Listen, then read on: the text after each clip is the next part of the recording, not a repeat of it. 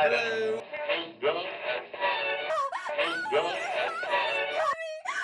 Hello.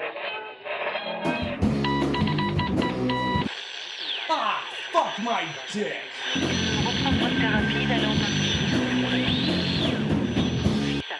It's time for whiskey and shenanigans.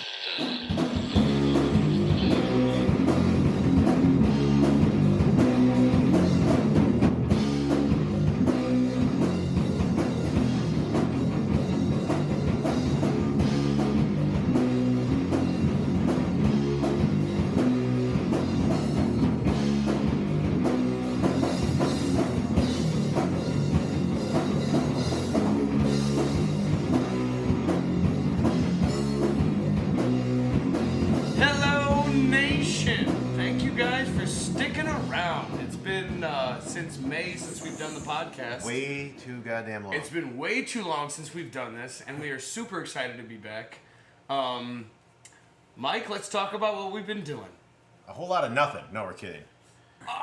Hurtful. Super hurtful. No, we've been busy. I mean, real life took over for a little while, job schedules and whatever, but we've been playing shows. We've been, we've done some A-Bait shows. We've done some stuff for Cheers. Let's talk about A-Bait. Why don't you tell everybody what A-Bait's all about? I would if I knew exactly. They're about motorcycles. I mean, that's as far as it goes, as far as I know. All right, so they're about educating the masses on motorcycle safety, and they're also big advocates for pretty much any charity benefit out there. And they like to party like motherfuckers, and they need rock bands to help them do that. Yes, they do, and we deliver. Yeah. Why not? 10 inches shenanigans. Yeah, well, I worked the word in already. No, don't start with shit. God damn. Okay, yeah. 10 inches balls deep on some A-Bait shows. We did some Cheers shows. Yep. We did back-to-back for the Notre Dame Georgia game. The Bulldogs. We had Friday night and Saturday night at Cheers Pub. Which I will say... Is it a pub? Is it a bar? It's a pub. It's labeled Cheers Pub. Is it Cheers Pub or Cheers Bar and pizza joint? Pub, and then Four Horsemen pizza next to it. Okay. But I gotta say, during that game, though, Georgia had... Well, obviously, you can see in the stadium, even, Georgia had a much bigger showing. And I gotta say, Georgia was way cooler. Like, now that we're not in South Bend and having to pretend to be South Bend people, we can come out and say, Georgia really represented for that game. They represent for the game, and they packed the bar fairly well. And they did better than South Bend. And they were having more fun. And the one guy came up on stage and sang. Oh my God. What did he sing? Did he sing the Georgia fight song? Yeah. This old dude came up, and after you did a Notre Dame chant, this old dude came up and he's like, "We need equal representation," like he was like the Boston Tea Party. Sure. And he sang the Bulldog chant. Yeah. And then how about the guy that was like, just loving us shooting our load all over his face? I think he was a Notre Dame student. Is what he was, and I think he was drunk out of his mind. It was great. That guy was. He was the guy that was so close to the stage it was uncomfortable. Yeah. I didn't know if he was going to climb on stage and like. And I'm wearing a kilt, and I didn't know if he was trying to look up it. Right. Yeah. That was a little uncomfortable, but that's Cheers Bar, and that was cool. We did the dock party. We did. We had a corporate event. Somehow, corporate America thought it was a good idea to invite a band called 10 Inches Between Us to do an all-ages corporate dock party at the beach for a bunch of rich motherfuckers with yachts. Yeah, that was a stupid idea. Yeah, well, I mean, the first set went over well, and then Wild Turkey took over. well, the first set went over well because I thought that if we played by their rules, they would love us. And instead, they were just a bunch of pricks. Yeah. So Wild Turkey got to take over, and we got to be ourselves. And they had to pay us because they were under contract, and that was the 800 Dot Club party. Well, hey, look, guys, we got a great show for today. Our comeback show. We got Jammie Bosstel from Praise the Fallen. That's his current band that he is with right now. He has been in about every awesome band from South Bend for the last 10 years. Been on the scene for forever. Opens up for every major artist that comes through our area. I personally went to go see him in Michigan open up for the lead singer of 3 Days Grace. And it was amazing because here's the funny thing. You go to a rock show and I mean, rock shows are amazing. There's booze, there's fire, there's hot chicks, there's whatever the fuck you want because it's rock and roll. And then there's an acoustic show, and I've never really explored the acoustic side of rock shows. But when the lead singer from 3 Days Grace comes within an hour and a half of where you're at, you go, all right, I'll pay attention. And when Jammie Bosstel, good friends of our band, and, amazing local talent that he is opening up for the show, you say, fuck, that's 2 reasons to go see this show. Like you just can't not get Randy Jackson's autograph. Right, on a samurai sword. What the fuck else are you gonna do? Yep. So, yeah, I took a ride up with Chad, a fan of Praise the Fallen, and 10 Inches Between Us. Yeah, let's talk about that ride. Neither one of you two know where the fuck you were going, and you're calling me, who had nothing to do with this trip. Well, the thing was, I thought... Hit me up. I should have told you where we could have been a little more prepared, but I said, look, Jamie's opening up for the lead singer 3 Days Grace. We need to be there. Chad said, yeah, we do. I said, okay, let's do this. And that was as far as the plan went. And then we got in the vehicle, and I was already stoned. Chad doesn't do that. He was driving. Mm. He's the responsible adult. I'm the guy who wants to get stoned and go listen to some music. And, we realized neither one of us knew where the fuck we were going, and it wasn't until we hit the Michigan line that we realized that. Either way, it turned into a great trip. We went to Applebee's together.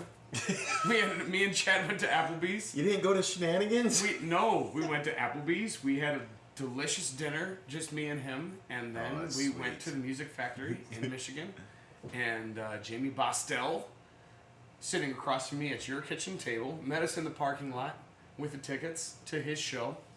We paid him, and I lit a fat doobie in the parking lot. So you just opening that all I don't give a shit. You're if in you're Michigan. gonna go, You're in Michigan. You're in Michigan. It's legal. I always wondered about that. Here's the crazy thing. I pull out this doobie, and we're in Michigan, and I'm like, hey guys, who want... And the thing was, it was raining. It was like a really shitty day, and people are lined up to get in the show, because Jamie's there, obviously. And it just so happened that the lead singer of 3 Days Grace was also performing. But people are lined up outside. Was he gracing the place? 3 times. He graced it 3 times, and he went back in. I think that's his thing. It was rainy weather. It was kind of shitty outside. So I thought, well, shit, pot will make this better. I pull out a fat doobie. I'm like, all right, guys, who's ready to smoke in this parking lot before we go in and enjoy this acoustic venue? And nobody went for it. Because it's commonplace. They're like, no, you're from out of state, aren't you? It doesn't matter. They knew. I fired one up. We already fired it up at the house. Why you got to come here to do it? I was stoned when I got there. I wanted to get more stoned when I got there. I've never been to an acoustic show. I've never done it. I Bullshit, we lost to an acoustic act at a battle of bands. That wasn't Justin an acoustic Anderson. show. That was a battle of bands, and it just so happened that an acoustic guy showed up. But I've never really been to an acoustic show, and I figured if you're going to go to an acoustic show, why not be stoned when you do it? Right. So I pull out a fatty, and it turns out I was all by myself. So that was that. Until I got inside and got to talk to a few of the members of Praise the Fallen, and some of them may or may not have been interested in smoking the other fatties that I brought. I'm sure they were. Yes. And I know which ones. Yeah, Jamie knows which ones they are. But yeah, it was funny because I've never been to a rock show where where bubbles fall from the ceiling while they play. It's true. I'm giving him an incredulous look right now, everybody. Praise the Fallen got on stage, and that surprised me too. I was I was stoned. I was drinking whiskey. I was excited because Praise the Fallen was on stage. Sweet. Me and Chad were maybe 35 feet from the front of the stage. You were fanboying. I was fanboying like a motherfucker. These guys start playing, and the venue. Music Factory starts dropping we played bubbles. there once. Yeah. The Music Factory starts dropping bubbles. Well, Praise the Fallen. See, that reminds their me opening song. And I'm sitting here going, number one, Praise the Fallen bubbles. I don't want soap in my whiskey. Like that was my first thought was, I'm holding a whiskey and you're soaping my whiskey. I'm really not happy about that. But at the same time, I was like, Holy shit, my buddies from Praise the Fallen are playing. There's bubbles going. I'm high as shit. I'm drinking whiskey. This is fucking rock and roll. Fantasyland. It was rock and roll. It was unfucking That believable. reminds me of like back when Ozzy had his reality show, and Sharon was like trying to order a bubble machine for the fucking show. Who the fuck plays bubbles at a rock No, show? but Ozzy's like, I'm the prince of fucking darkness. You can't have bubbles. I'm darkness. And I believe this because here's the thing: every other time that I've It was a watched terrible Praise the Fallen, Ozzy impression, by the way. yeah, that Terrible. was pretty shitty. But Mike, you can verify because we've played with Praise the Fallen how many times? Plenty. 4? Can we just say plenty? It's plenty. Every time we played, did you feel like bubbles were appropriate? What What was appropriate for a Praise the Fallen show? Fire. Fire, dragons, strippers, Yes, dragons. chains, molten lava, not bubbles. Not right? anything but bubbles. Bubbles fucked my shit up. Maybe a little tremors. Bubbles fucked my shit up. And when I'm sitting there watching my dudes from Praise the Fallen play and bubbles are coming down from the ceiling, it was more than I could fucking handle. I mean, But- I wish I had been there now because I could see like. And the thing is I was there with Chad, and Chad is a teddy bear to the fullest extent. Right. Big blue bear in the house. Big The blue house. biggest dude. This guy could have been a linebacker for any NFL team out there, and we are sitting there watching Praise the Fallen, Oh yeah. All right. listening to them, waiting for the guy from 3 Days Grace to come out and play acoustic, and Bubbles. Bubbles and me and a 300+ pound dude are getting showered in bubbles listening to Praise the Fallen rock a set. It was really a magical moment in my life. Well, I got nothing for that. Yeah, I was gonna I say, really don't. add Bubbles something to that, and Mike. Bubbles and music. Add something to that, Mike. That's a hell of an introduction. That was great. So, yes, for today's show, we have Jammie Bosstel from Praise the Fallen, who should have had blast cannons and confetti. Instead, they got bubbles. It's just the way that it goes. But no, I'm super excited to get into that. Well, let's give Jamie a moment here. Give us a quick rundown of how Praise the Fallen became. Oh wow. Well, hold on, Jamie. Let's go back. That's a big story. Let's dial this back for 1 second. Why don't you go ahead, introduce yourself, I'm Jammie And- Bosstel. What's up? and then talk about. Well, let's start off talk about Praise the Fallen, then we'll talk about more about you and your Okay. history in the scene. All right. Go ahead. Praise the Fallen. 2010. Well, I was in a band called Signal. 2006 to 2003 to 2010.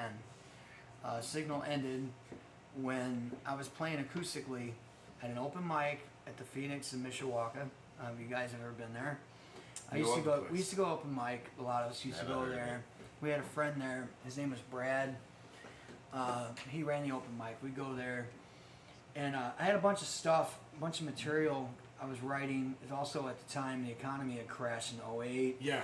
2 years. That's why I got laid off from my job. I had more time than money, Sure. and we had a situation in Signal where our bass player got a girl pregnant, and we were kind of taking some time to let him do his thing with the girl, like the baby, waiting for the baby or whatever. We took some time off. We were still writing songs and stuff, and we were getting ready. Signal was also working on an album, and just I was writing a bunch of songs. I had nothing else to do. I was writing songs in my living room on acoustic guitar, and I like to go down to open mic and throw those songs out there and just get a feel for it, see what people think of it, you know.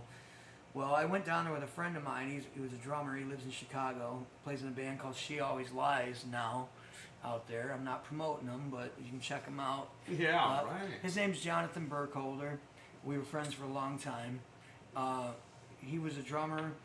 And just him and me went down to Open Jam when we're like, let's go take these songs down to, let me go backwards actually. I went to a studio, Garth Plinko in South Bend. He was like the punk rock guy who recorded all the punk rock bands. He made it like an affordable studio. Well, I had these songs. I'm like, man, I just want to record them. And my drummer at the time, Jonathan, was like, well, let's just record them the way they are, just the rawest form, acoustic, drums, and bass. I did or Garth did the bass, and I did the acoustic guitars and my vocals, and that we had the song, and there was a little bit of electric added to it, and it was okay. It turned out okay. It kind of reminded me like Jim Blossoms or something. It wasn't really Not exactly what you think for a punk album, but wasn't really what I was going for. We got hit up. We got asked to open for Days of the New. We opened for Days of the New. Now, mind you, I was still in Signal. And in between that, I was going to open jams with Jonathan and playing just to see. And we started to get a reaction from these songs. Lo and behold, this is crazy. Of all people, this guy by the name of John Sturr. I didn't know. Okay, check it out. I didn't even know. I was up there just doing my thing. And now, you guys know if you've been open mic stuff, you always get guys that come up, they're drunk, and they'll be like, hey man, you want to record in my basement? We'll make a record. And you're like, I used to party with Bruce Springsteen. Dude, I can so hook you up, you don't even know. And I'd be like, yeah, all right, whatever. You get to the point where you're like, oh, okay, I mean, I'm nice about it, but at the same, like, what are you going to do for me, really? Right. You're here in town, what could you possibly do for me? On a bigger level, that's what I'm saying. And this long blonde-haired, older gentleman walks up to me, and Jonathan's mouth's like, he's like practically drooling on himself, and I'm like, what? Who? What? He's like, dude, do you know who that is? I'm like, I don't know who that is. It's some guy who likes our music. He came up. Right. He came up to me and talked to me first, and he said, he's like, I like your songs. And I'm like, all right, cool, man, thanks. Like, I'm always nice to people. I shake hands. Thanks, really appreciate it. Sure, yeah. We're recording these songs. Hopefully people will like them, whatever, And he's like, for some reason, it was kind of funny. He was kind of smug. He looked at me and he goes, I know who you are. And I was like, do you? And I'm like, well, I don't know who you are, right? And Jonathan goes, you don't know who that is? I was like, I don't know who that is. And he goes, dude, that's the guitar player from Lillian Axe. No shit. Yeah. MCA.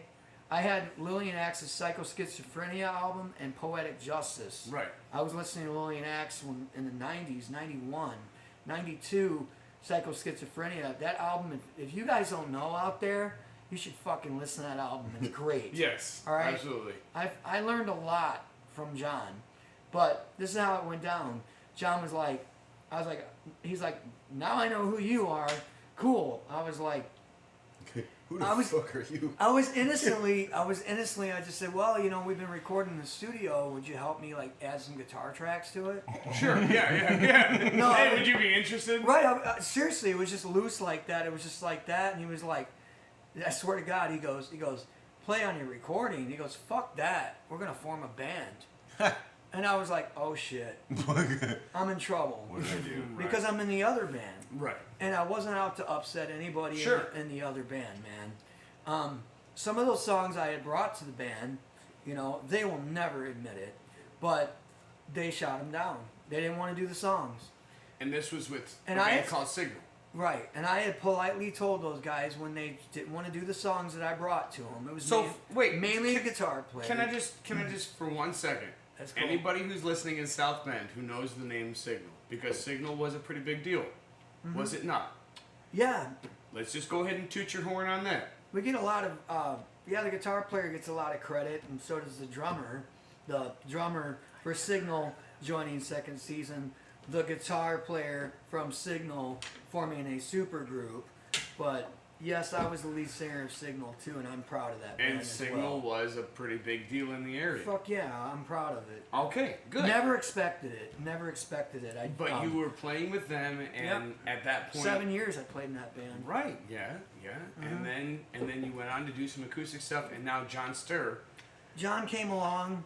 Long story short, he liked my songs. He said they were marketable. I didn't even realize what I had. I was like just writing stuff because I was just filling time, and just like with the economy the way it was and stuff, I was just like, I didn't have much money, so I was like just writing these songs, basically just put my feelings out, I guess. And it got to the point where I was writing 15 songs a week. Holy shit! Damn, dude. I'm not joking. I would just sit around and write all the time.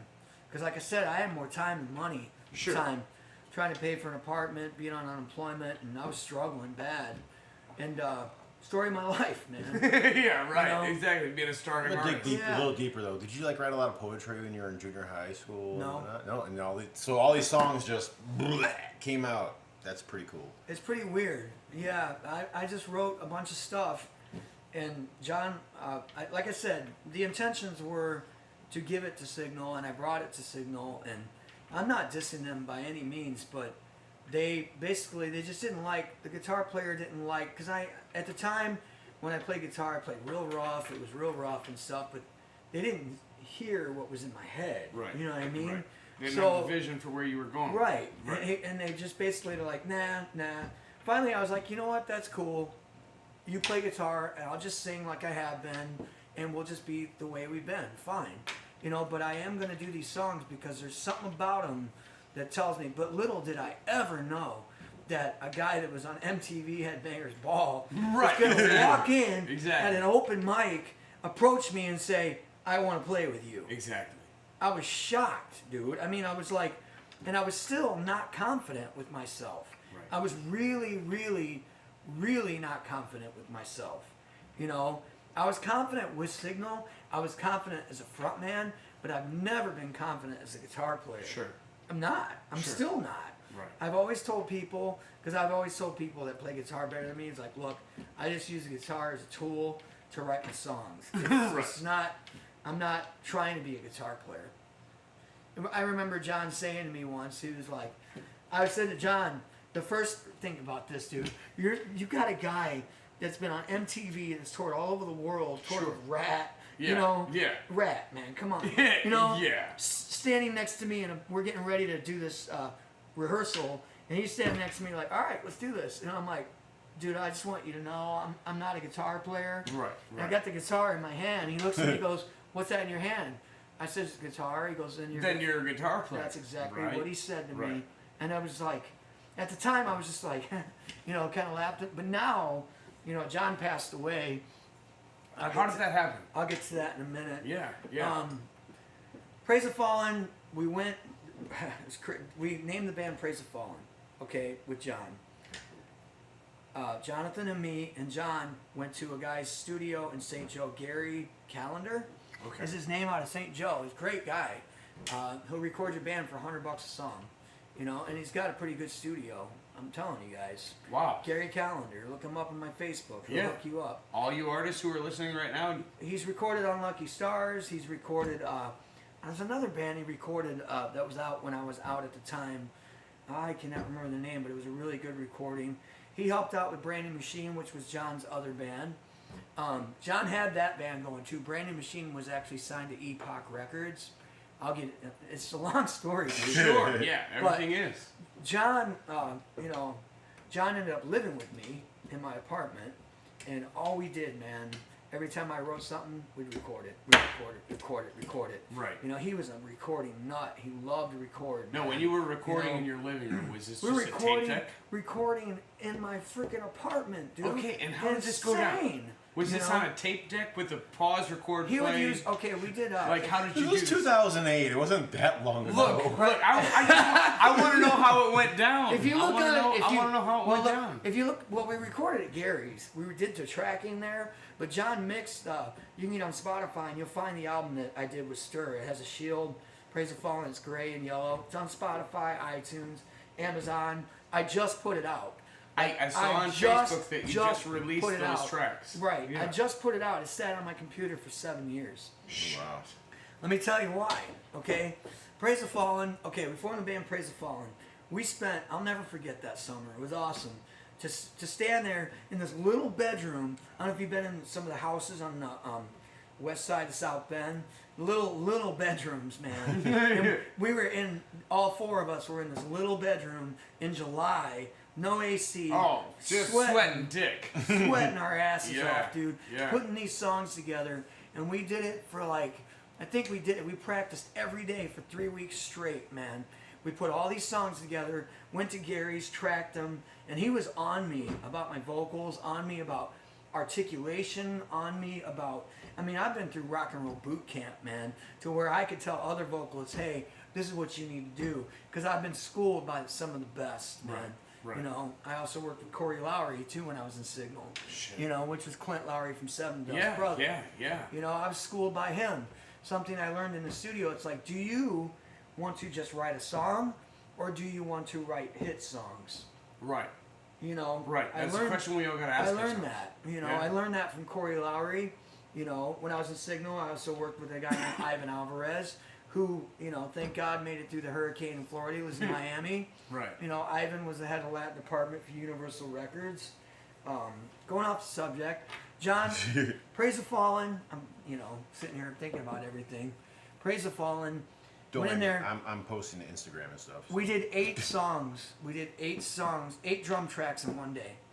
And then we went in, we did all 8 Oh, eight shit. drum tracks for that album. We did in one day. And then we did the guitars in one day, and then we did my vocals in one day. 3 days basically we did the whole album. Right. 8 songs. Holy shit. Yeah, it's amazing. You get that when you say rock and roll boot camp, you're not Yeah, lying. and then John mixed it. He started to mix it in my apartment when he lived with me, and he was also on Brandon Machine at the same time. And there was some confliction with him playing with me and playing with him, playing with Brandon Machine. The lead singer Brantley Thompson was from Dallas. He wasn't really digging it up in South Bend. He wanted to go back to Dallas. Right. I would like to Yeah. see Dallas myself. Yeah, sure. You know, Who wouldn't? I lived there for a little while. Brantley even said to me, he goes, dude, you're a pro. He goes, you need to get out of here yourself. He's told me that a few times. And Brandon Machine ended up getting signed. They ended up getting some new guys. John wanted out of it. He was in Texas, and he took the files with him of our album. The only thing I had was the MP3s of the album. He took the files down to Dallas with him, and he was finishing after he had gotten out of Brandon Machine. He had gotten a job for Live Nation doing sound, I believe, and he was calling Jonathan up in Chicago, and I was actually at the time when the economy I lost my apartment and everything. I was living at my mom's.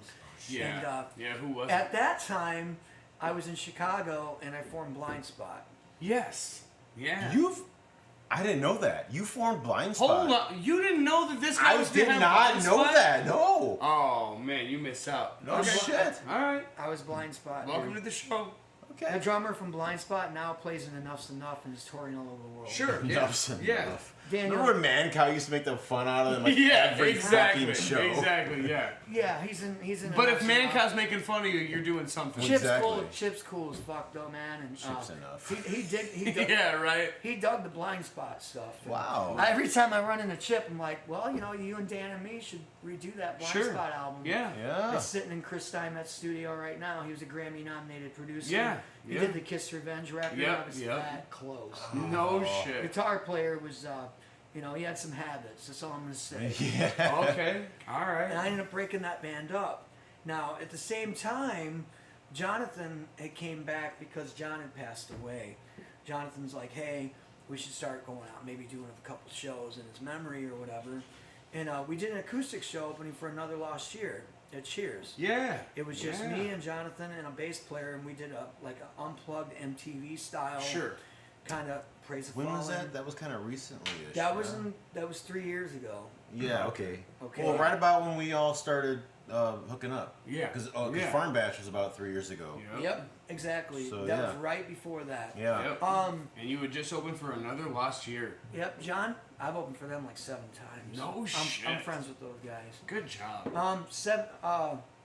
What was it? Yeah, I did Blind Spot for 3 years. I was driving from South Bend to Chicago for 3 years, every weekend. I did that. I was in that band. We were really close, man. You didn't take the train. Huh? You didn't take. I did a couple times. You might have been my conductor. Right? I've only been there Interesting 2 years, 2.5 years. So. Oh, probably not. Yeah.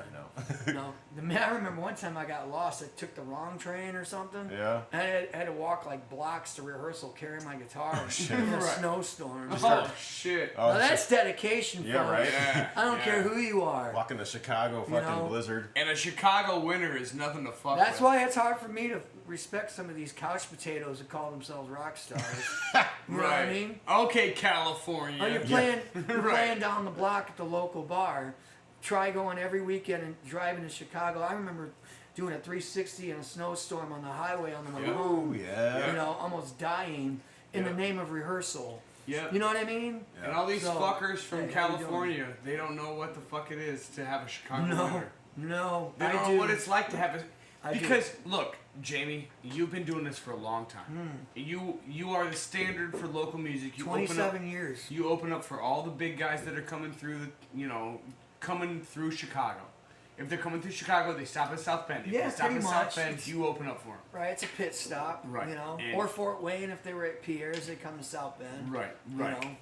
But that is, Yeah. you're the guy who opens up for all the big names coming through Chicago. That's Well, anyway, Praise the Fallen. Back to Right. what I was saying with how this happened. You're gonna find out to do that a lot. You're gonna rein him back to So it's the good. subject. I broke up Blind Spot because I wasn't going to sign a contract with a guy with habits. You know, I tried to get it to continue with the drummer and said, "Hey, we can go on." I'm a very pessimistic positive person. Optimistic. Optimistic, I'm yeah. not a pessimist. I'm Okay, an yeah. optimistic person. I believe that all things happen for a reason. I believe in, you don't know how it's supposed to go. You know, I never thought Praise the Fallen was going to return. It was kind of crazy. Right. Because what happened was John had passed away. I had gotten asked How did that happen? Can we talk about that for a little bit? congestive heart failure. Okay. You know, Yeah. Yeah. congestive heart failure. But the WAV files were on his computer, and a lot of the stuff disappeared. And our songs were on that computer. And it just so happened, no joke, this is no joke, about a week before he passed away, he had contacted Jonathan and me. We kind of had a falling out because he lived with me and we were all struggling at the time. It was a very frictional time with the economy and stuff. And he called Jonathan back in and me. 08, we're talking about. Yeah, Yeah, the housing crash. Yeah, he Bush called- was the president. he called- yeah. I got laid off. Yeah, we were all there. I was there too, dude. Yeah. He called me and Jonathan and said he's working on mixing the album that we should put it out because he thought it was great stuff. So we're like, hell yeah, dude, why not? And I was still doing Blind Spot. I've always been proud of the songs. Sure. It's always been, for me, it's always been about songs.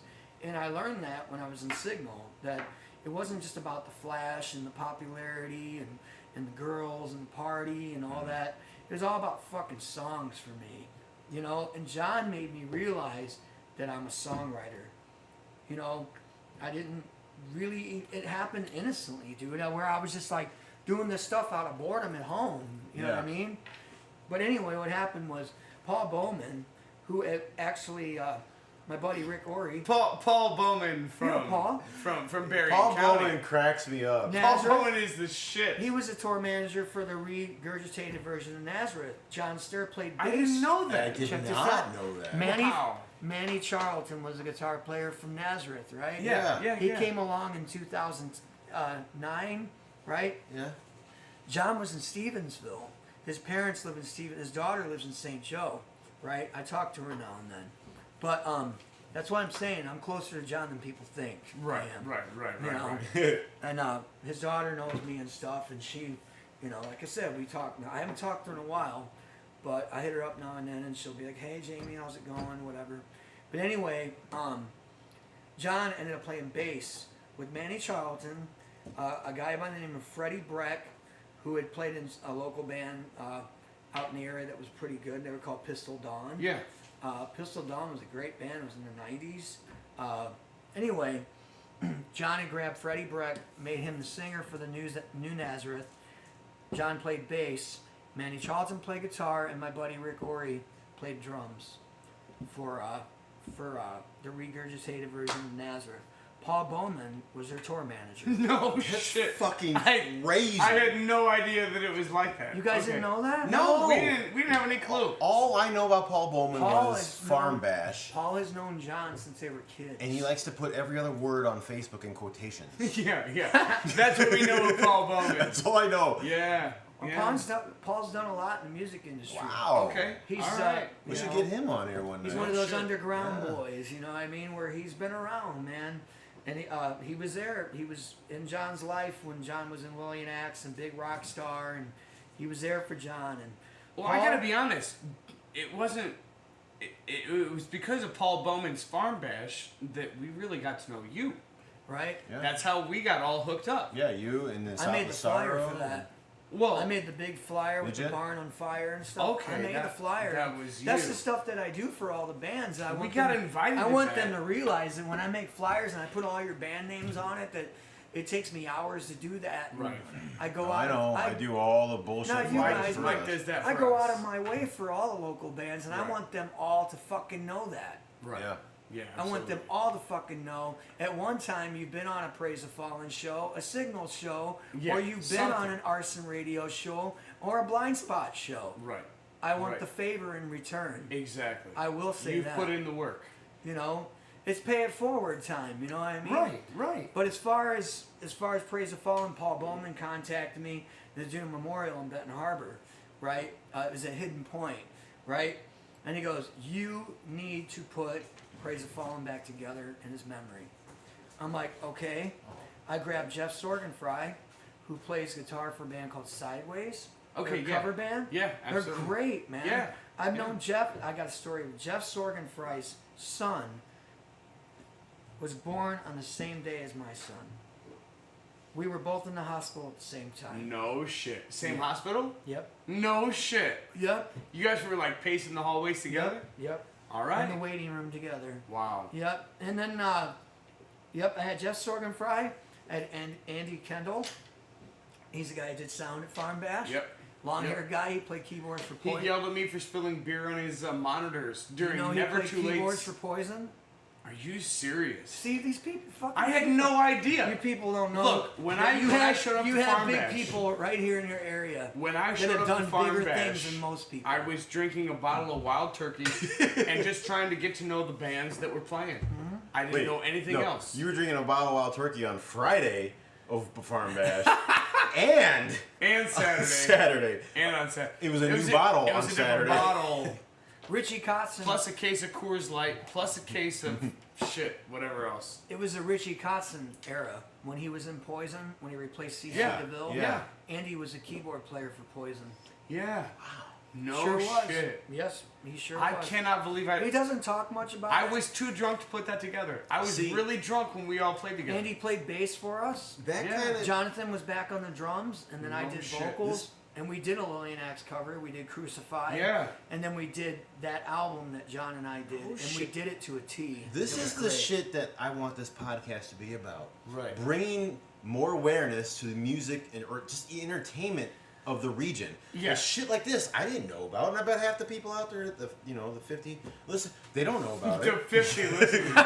You're right. Well, there'll be more listeners. I posted some Yeah. on Facebook. Yeah. And you've got a shit ton of followers because you've been doing this for what, the last 20 years? 27.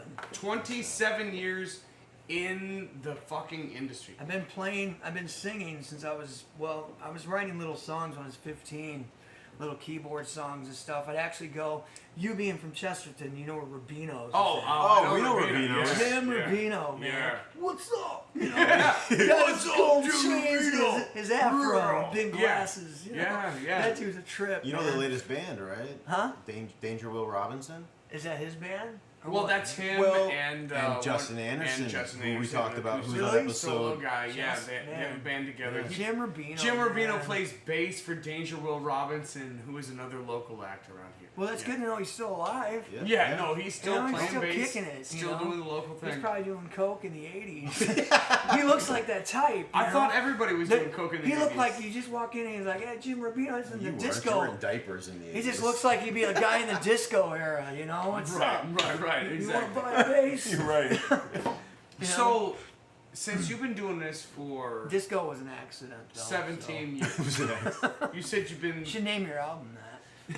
Disco was an accident. You ain't That's a. Okay, we'll talk about that. That's off. a great name. We'll talk about that off air. That's a fantastic idea. But you said you've been doing this for 17 years. No, 27. 27. 27. Yeah, carry to one. Let's just round that off to 30 years. In your 30 years of playing on the scene, what was the best time for local music in Northwest Indiana? The 90s. The 90s, the grunge era. Oh, yeah, the 90s. Without hesitation. Bam, the 90s. There He was didn't even pause. There for wasn't a any moment. backstabbing. Everybody worked together and was getting along. Also, I don't know. It seemed, I mean, for me, of course, my best era for me was when I was a Signal. You know, right. Signal was great. You know, And those were the years of oh, I did a lot. I mean, the early 2000s, or 2003 to 2010. right. I would say between 2006 and 2008 was great. And what was the highlight of your time with Signal? Because there may be people listening who know those guys. Oh, you know what I staying mean? in 3 Days Grace at Okay. Prairie Capital Convention Center in Springfield, Illinois, in front of 33,000 people. Yeah, that would be a highlight. Yeah. So How do you go to work the next day after doing that? Because you were too How do you fucked sign up? 1,500 or- autographs, your wrist sore, and then the next day you got some boss yelling into your ear? Right. It was culture shock. What believe me. was your quote unquote real job at the time? I was an insulator. Okay. I insulated houses. So you were I gonna didn't lay say a it- bunch of fiberglass. I'd insulate a crawl space the next day. Yeah. Yeah. God, that's gotta suck. Wow. Can you Wow. imagine doing that after doing what you did the night So you before? opened up, you played to 33,000 people, and then you're supposed to get on your back Exactly. and insulate a basement or Yeah. crawl space? Yeah, I'm living proof that it doesn't happen overnight. Right, right, So Yeah. we're out And of you know whiskey. what? We're I switching don't- to Captain Morgan. I don't mind being that living proof. right, exactly. You know, But you would say that was the biggest you've been. that's the biggest show I've done. You know, I mean, the second biggest show I've done, I toured on 3 dates with the Cult. Played the Orbit Room in Grand Shut Rapids. the fuck up. Holy shit, the Cult. I played the Fillmore in Detroit. That was a as far as like the room, one of my favorite rooms that I've ever played. Have you ever been to the Fillmore in No, Detroit? no. Just- What's it like? Tell us what's Dude, it like. just to know that the Temptations played there, Yeah. it's just amazing. You know, I didn't get a chance when I was in Detroit to see Motown. Right. But growing up, you know, my mom listened to Motown a lot, and I just have an appreciation for singing with soul. You know, Temptations, and wow. Temptations were fucking Right. awesome, You know, like- man. Just to know that I played on the very stage that the fucking Temptations played on, dude. Right. That's You know, was Right. amazing. to me, pretty heavy. you Because know? like just all right. So I haven't been into the scene by comparison by you two at all. Well, this guy the most, me second, then you third. Yeah, I've got what 5 years, maybe going on 6 now. Man, maybe. Okay, so we opened up for Tantric at Smith's downtown. I've opened for them 3 times. Yeah, well, all right. Right. Well, we opened up for him once. I know, So, hey, so- hey, We got one. Wait, that was with us. yeah, yes, Yeah, you guys were there. Yeah. Yeah, it's And Smith's had downtown PE, Mishawaka. the snowstorm. They were Yeah, like, Yeah, there yeah. was- they were here. Yeah, it was They snowplow. broke down. apart. They No, broke down in Gary. in Gary. They broke down in Gary. What? Their Yeah. bus broke down in Gary. Yeah, my boy went and got him, Vance. Yeah. Went and got him. That's Yeah, right. Yeah, I remember yeah. now. Well, like, so you're saying, you know, you were on a stage that the Temptations had been on, right? I had that same thought when we were playing with Tantric. And like, that's just I Tantric. rocked out with these guys when I was in high school, Right. but I got another one. it's still not big. It's a minor comparison to the Temptations. But I also got to meet the Cult, man. Well, you Right. fucking rocked I out met for 3 Ian, days. the lead singer of Right. the Cult, in sweatpants and a t-shirt. Right. Right. How cool I'm like, is that? where's your leather, dude? What's Right. up? You know? Right. Where's your chains? Why are Right. you not in makeup? He's like, I don't I'm off the understand. clock. You're not the guy in Firewood. Right. Bullshit. Yeah, this What's is- up with these Nike flip-flops? Right. Oh, fuck. Dude, seriously? I'm just... Oh, you're turning on it like He was off the clock. Okay. this. The 70 That's people what who it was. listen to this are going to be very disappointed. But man, they were fucking awesome, dude. They're Right. awesome. They were cool guys. Right. And I've met some rock stars who were, you know, not so cool either. But All right, so you know. let's talk about it. Jamie. Let's let your dick grow a little bit. All right, who were the rock stars that you met that you were disappointed by? Oh, Come man. on, let it out online. There's been a lot that we've opened for that were cool, and then there's some. where What it's was your just like, biggest disappointment? Online and across the world. We have Tokyo listeners. Tell Oh, Japan who your biggest disappointment was opening for, I'd because rather- you've been doing this for a long ass time. I'd rather not say, really. All I'd right. rather be professional All right, about that's cool. it and just know in my heart. I What know was the situation? I You know. don't have to name the name, but what made No, it the worst show ever? There were some that was just like doing drugs and it was disappointing. Really? Oh. Yeah. Why do you act surprised? Well, Or I'm they're, just they're asking me if I know where to get some, and I'm like, yeah, right. Shit. me of all people. If you know me, I don't. Sorry, Right. you know. But I've been around all that. You know, what I mean, I've been around all that. You That's know. mostly Pepsi. We're ran out of whiskey. I'm not happy about that. I'm sorry. We got Captain Morgan next. Whatever, dude.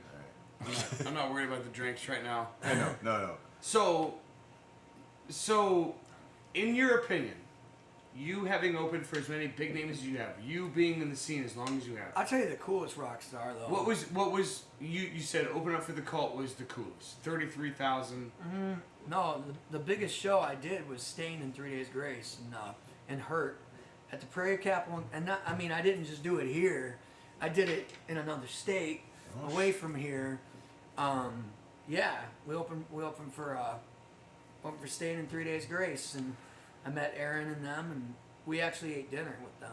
That's fucking awesome. So How are their table manners? Is Aaron I Lewis? don't remember. Did elbows? Aaron Lewis Did he order? have his elbows on the Dude, table? at the time, I was like asking my brother, "Are we really here?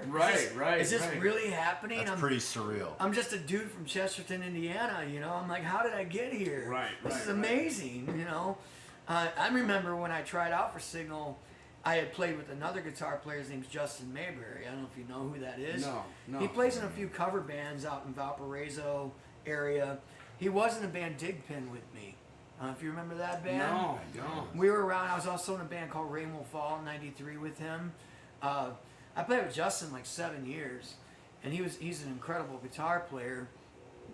And just for me, I mean, when I ended up joining the guys in Signal, Steve and Dave, they had some music already written, and I was used to a little more progressive stuff like Dream Theater and stuff like that. It just wasn't. I wasn't sure if I was into it yet. And at the time, the name of the band was Zoetrope.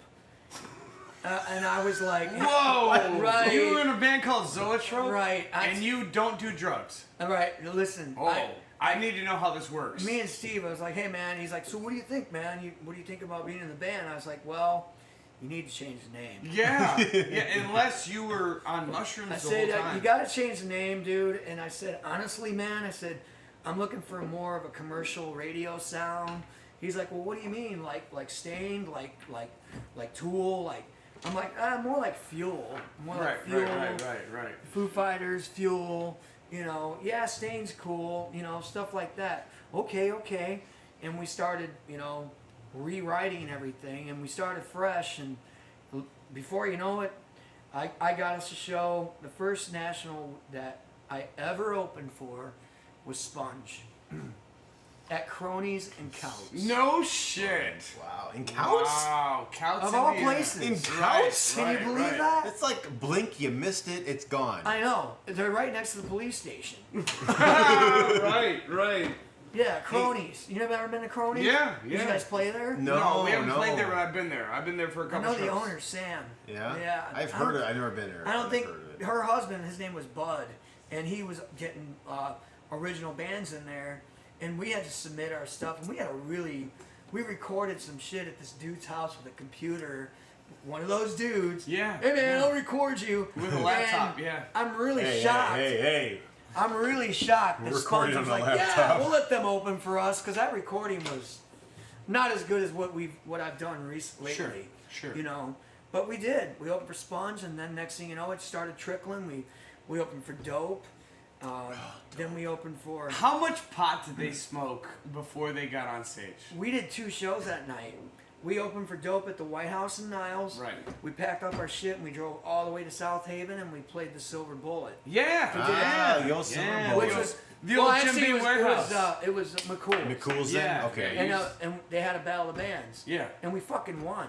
Okay. Yeah. Nice. We did 2 shows in one night, and we fucking won. Which incarnation were we at this point? Signal. Okay, Signal. That was Signal. Sure. I opened for a lot of nationals with Signal, and after Signal broke up, I did the Praise of Fallen. Praise of Fallen opened for Days of the New. We didn't open for any nationals. Praise of Fallen, because John, we weren't together that long. John took off to Dallas. Things got bad for me as far as living and stuff in South Sure. Bend. And I also, at the time, was becoming the laughing stock in the area because, you know, he went from Signal, who was popular, who was doing great, to another band who was like, you know, we put one song out on MySpace, it got 3,000 likes, MySpace. Yeah. Zanga. We put out a song on MySpace. Praise the Fallen put out the song. I can tell you what song it was. It was "Change the World," and we ended up getting 3,000 likes in a month, in like 4 weeks. And you know, long story short, had a fallout with the Signal guys because they wanted the song, and I was like, well, I did it with. I'm true to my friends. I'm like, I did this song with John and Jonathan. I'll give it to Signal as long as they also get royalties too if something happens with it. They didn't want to do that, and I was like, well. The next thing you know, they just stopped calling me, and I never quit the band. They quit me. So I just rolled with Praise the Fallen. You know, like I said, John went to Dallas. He did Brand New Machine. I went to Chicago. I formed Blind Spot. Blind Spot opened for Puddle of Mud, Blackstone Cherry. Oh, I forgot. Well, actually, between Praise the Fallen and Blind Spot, I did the band Arson Radio. Yeah. Arson Radio was pretty phenomenal. Yes. But we could never get off the ground. We were trying to find a bass player, and I was still learning. It's all right. we were all at the time at Arson Radio. That was when the economy was bad. I was living at the drummer's house. Chad Martinson. Okay. You know Chad? Yeah, I know the name for sure. Plays in H0. Yeah. Chad was my drummer at the time. I was living with him in New Carlisle. New Carlisle, Indiana. Again, A great place to live, a wonderful place to visit. I hate it. It's on that brick wall. It's on the viaduct wall. It's on the wall. Yeah, you know what I'm talking about. But you know what though? Do you know what though? When you're pulled away from the area where everybody knows you and all this popularity and all this stuff, and you're forced to live in, like, literally, man, I lost fucking everything. Yeah. Lost my apartment, lost my car, everything. Living at Chad's. I mean, I'm a VH1 story waiting to fucking happen. right. Living at Behind the Chad's music, in Jammie New Carlisle. Bosstel. Yeah, dude. I mean, I've got stories. I went from Chad's to living with my parents in North Judson. Oh, Jesus. Yeah. There's nothing out there. You No. just keep getting into more fields. But I'll tell you what, it was a great time to reflect on what I was going to do, Yeah. what I was before, and who I am now. Right. You know, nobody knew me there. It was a good time to connect with family again, and I did some writing, and I went, and my decision was to go to Chicago.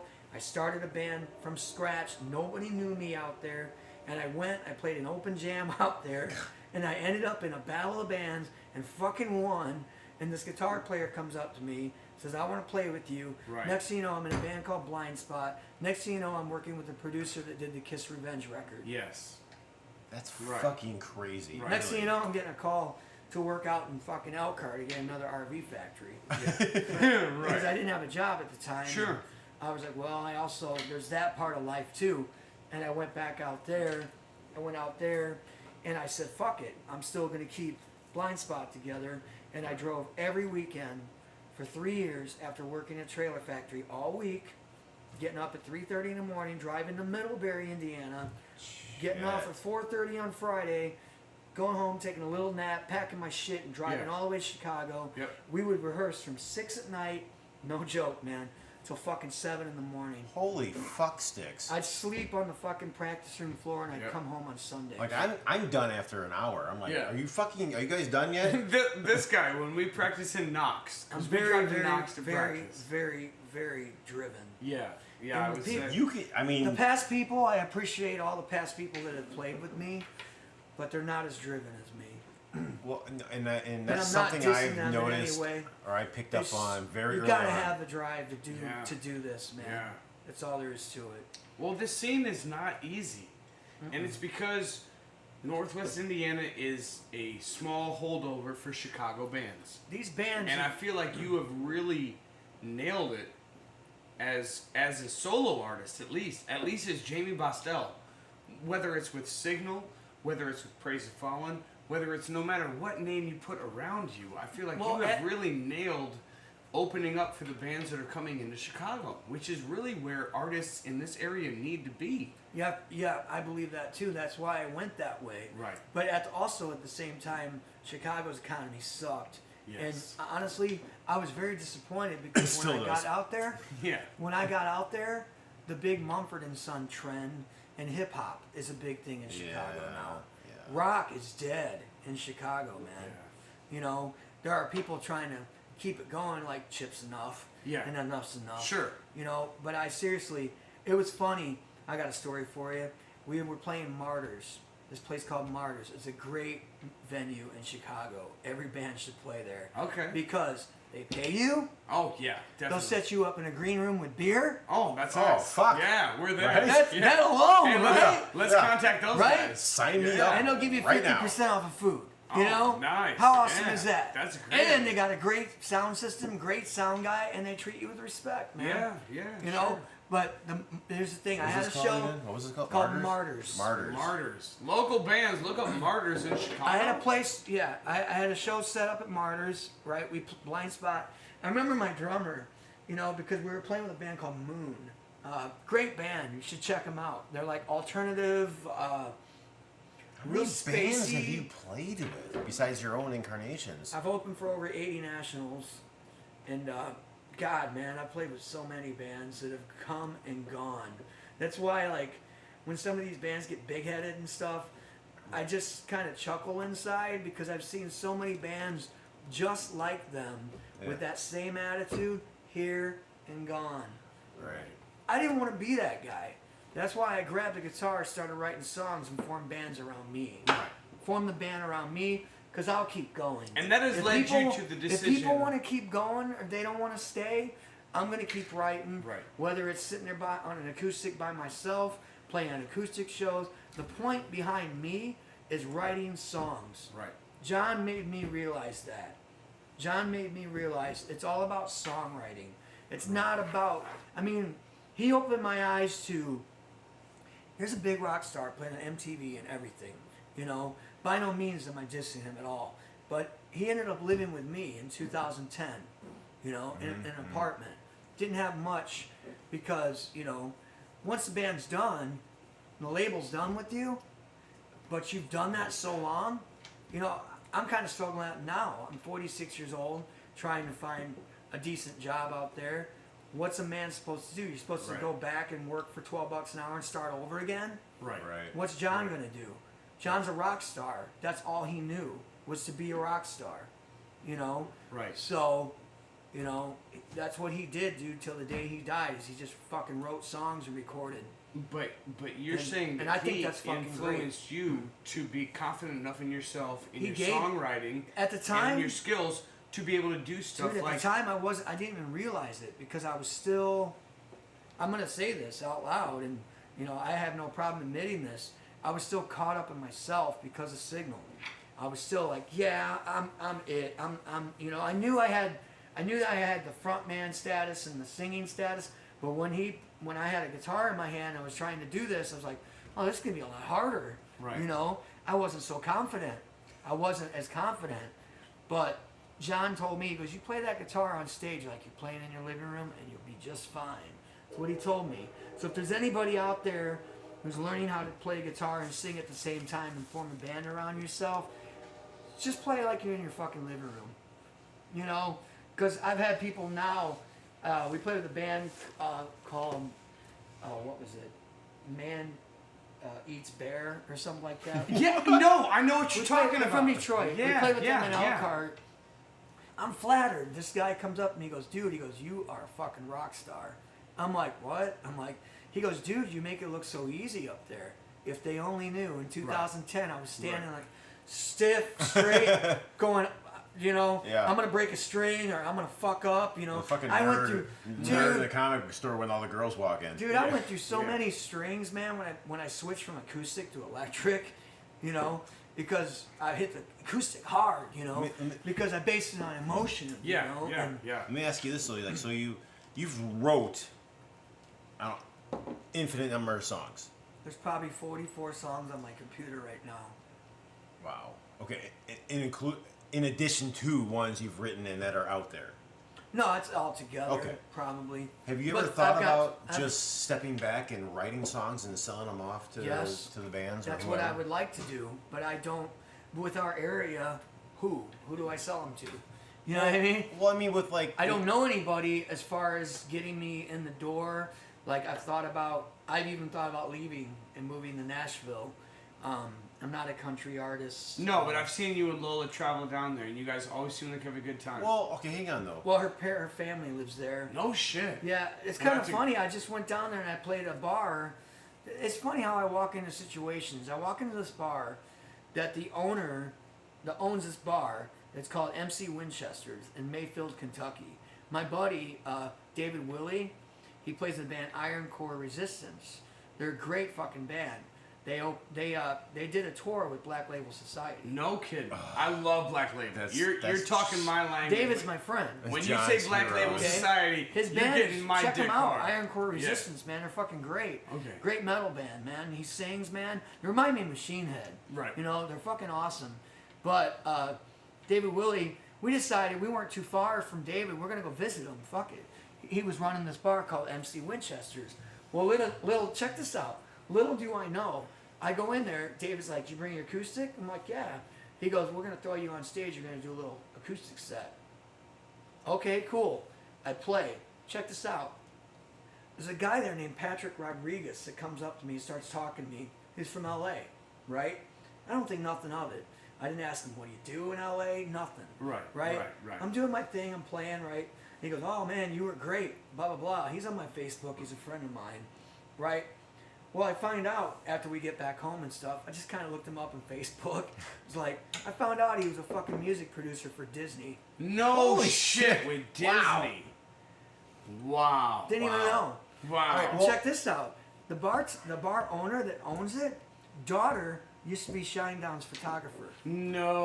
What a small fucking world it really is. They want me to come back. It's a small world after all. And they seen me right? play acoustic by myself. I didn't have the band. Well, hey, look, while we're on that subject, you got a song ready, right? Oh yeah, I can go get it. Yeah, get my Yeah, guitar. let's- Jammie hear it. Bosstel on the acoustic. You want to do a song called Scream, right? That's our new single. We're gonna release. I don't know when, but we're working on it. So- Well, And- right now, Praise the Fallen is in a building stage. Yeah. Re- Yeah. It's called rebuilding, I think, Yeah. right? I don't know Let's if it's talk called about a that building first or before I- rebuilding, but let's get you on the acoustic. Let's hear your song Scream, and then let's talk about what Praise the Fallen's doing right now. Okay. The time has come. The time has come to hear Jammie Bosstel throw down acoustic. Changing up a little bit of the episodes. Yeah, no, I mean, we took a little bit of a break. I think this is the first time we've had an artist on with his instrument. Yeah, it is. No, Jamie, you were the guy to pop our cherry. Oh really? Yeah. If you're okay with that. I mean, Fine we're with not that. asking for commitment. No, Just- that's just cool. be We just want you to gentle. do your best, be It's a little cool. gentle, and maybe you call know, us in about 3 days. kiss us in the mouth before you leave. That's all we really ask. That's cool. Unless you want a pretty woman, no kiss in the mouth. It's I got really. a good woman at home. Oh, all right. He's got a woman So, at home, so no kiss in the No mouth. kissing on the mouth. No kiss on the mouth. All right. Well, All right. that's cool. All right. The song's called Scream. Yep. And this is going to be a single coming out with Praise the Fallen, or is this just Yeah. you? Yeah, it's gonna be Praise the Fallen. All right. Scream if you feel alive. Yeah. Scream if you feel alive. All right, guys, listen up. This is Jammie Bosstel. His band is Praise the Fallen. He is with us here on the 10 Inches Insider. Thank you guys for listening. This is Jammie Bosstel. Give it up.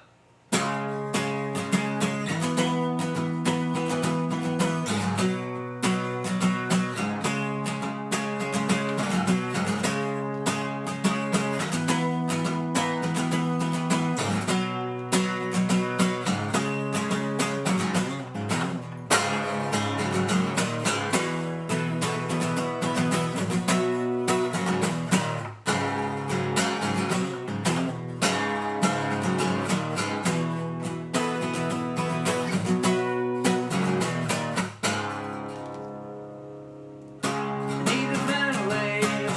I need to concentrate. I'm on the hunt for something real. We all make mistakes. We all have the days. Gonna hang yourself on a blind man's noose. It's time to take the blame of the future or the past. It's time to take the day as if it was your last, and scream if you feel right. Release all that's buried inside. Scream if you feel alive. If you feel life's intolerable, just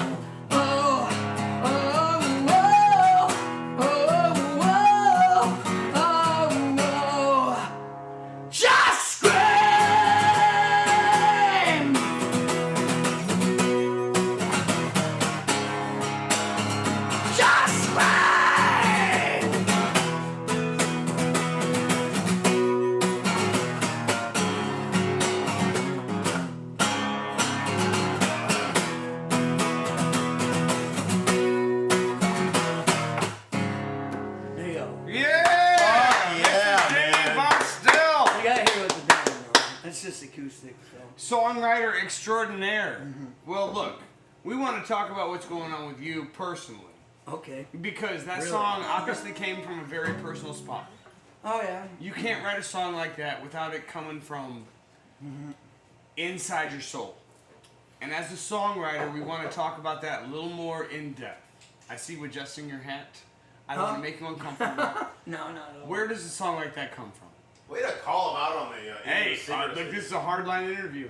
Well, it's like, you know. No, this is not an interview. We're just having a fireside chat. Sure, just keep pouring the whiskey. It's Or rum or whatever. I see a lot of people out there, you know, when things get rough for them and terrible for them, or whatever, bad things happen for them, fall into drugs or fall into alcohol or fall into bad shit, end up in prison or stuff like that. And sometimes we just want to scream, man. It's like, I use the analogy, scream if you feel alive. That's the name of the song. Yeah. You know, if there's a lot of us are walking this earth with things that we've wanted to do, but we're holding ourselves back from doing. And it's like, if you want to fucking grab a mic and fucking scream into it, scream into it. Do whatever makes you feel better, you know, in a positive light, I guess, is why I wrote that song. I feel like a lot of people use karaoke for that same. Yeah. yeah. It's just like I said, like the very first line, I need to ventilate, I need to concentrate. Yeah. I'm on the hunt for something real. You know, we're all on the hunt for something real that's going to really skyrocket our lives or make us, put us in a happier place. Right. You know what I mean? Right. And sometimes you just got to accept those tough times and, you know, scream through it, I guess. Yeah. You know what I mean? Yeah, absolutely. So, do what you have to do, and if you got to, you know, do a metal album, whatever, scream in the mic, man, whatever makes you feel better. Whether it's I guess metal that's or kind punk of or alternative. yeah, I guess that's kind of why I wrote that. Because you've been doing this for over 20 years, yes? 27. Since I was 19, I started. And in the last 27 years, you've had to learn to adapt, right? Oh yeah, Because I mean, this it's scene has a lot. changed. Oh yeah, I mean, When you first got into it, what was it like? When you were a young kid? well, I started writing songs with my friend, like I told you earlier. We used to Right. go to Rubino's in Right. Maryville, Indiana. Sure. Because I'm from Chesterton, Indiana, like you. Yeah. We go to Maryville and we rent a keyboard and Fucking a Sonic. Cheesetown. Yeah. Remember those big keyboards? Yeah. And we get like the Alesis sequencer, and we sequence like drums and like do little keyboard songs. Right, you'd be pushing all At the the time buttons. though, we were just like, I was in marching band and stuff, and we just like on the weekends were just like, be fun and put some songs together, and they were stupid songs. They were nothing that would ever go anywhere. But little did I know that just the infancy of that would become who I am now. Right. You know what I mean? Right. I started, I guess, I was dabbling with keyboards and playing drums at that age. You know, I played trumpet and French horn and that in band and that in high school.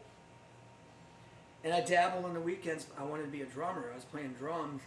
And then the singing thing just kind of happened because it's like, well, we wanted to put songs together. You need a singer. Well, I guess I'll sing, even though I had never sung, dude. Right. And they were okay. I mean, not nowhere near my vocal range now. Right.